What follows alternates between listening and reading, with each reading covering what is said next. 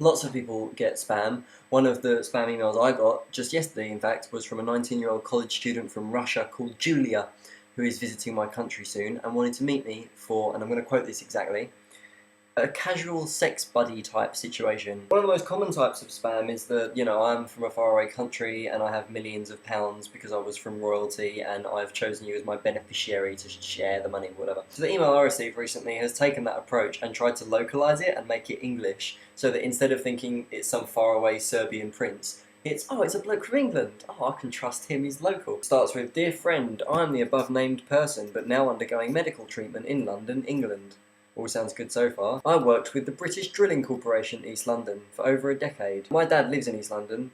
I asked him about this. He has never heard of the British Drilling Corporation. I don't know why there'd be a British Drilling Corporation. Why would they be drilling in East London? Deposited the sum of £120 million with my bank. Presently this money is still there. Recently my doctor told me that I would not last for the next 15 days due to cancer problem." I imagine cancer problem were the doctor's exact words. "As soon as I receive your reply, I shall give you the contact of the bank. They will empower you as the original beneficiary through my lawyer. I want you to always pray for me. Please always be prayerful all through your life." You notice I haven't told you his name yet. They wanted to go with something really local that would sound, trustworthy to me. So they've given him the surname Miller. That's fine. That's a solid English surname. Then they got a bit confused and gave him the first name Bacon.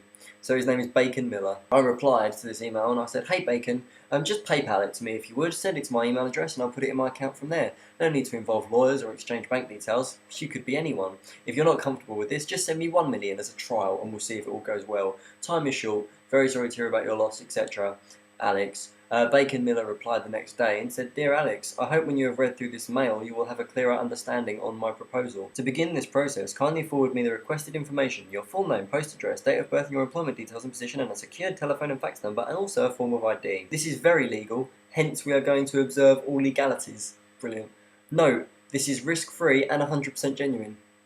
I'm convinced. And then the email ends with, "I want someone that would be able to stand up to response a bit," and it just cuts off halfway through the word. So I know that time is of the essence with Bacon's cancer problem, so I replied and said, "Hey there Bacon, I appreciate your kind words and will be happy to see your good work continue. However, I'm not comfortable giving away personal details to strangers on the internet, as I'm sure you can understand.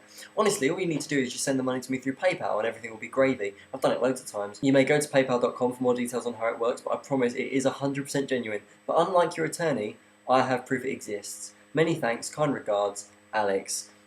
Bacon replied with an email that inexplicably was in all capital letters, but was just as pleasant sounding as all the others. He says, "Good day to you. How are you doing today? Hope good." Hope good. "I need you to contact my attorney with the details below, so he can commence on paperworks." And then he's got a list of the attorney's contact details. His name is John Chambers. I've got a telephone number, an email address, and a fax number. So I emailed back, "Hey Bacon, I really want to trust you, but I googled the phone number you provided me with and it linked me to several institutions including Nokia Complaints, MarginUp.com, Jakes and Blake's UK Exports and Suppliers, Notebook Computers for Sale, Leather Pictures Consumer Electronics, and PackingPaper.com. The first one, the Nokia link, appears to be linked to a scam to persuade people that they've won £250,000, when really they just want to steal their identity. My best advice would be to get a new lawyer, or definitely look into his dealings, because I just found this out from a Google search. I'm sure nobody would ever fall for this if it's so easy to see through the deception.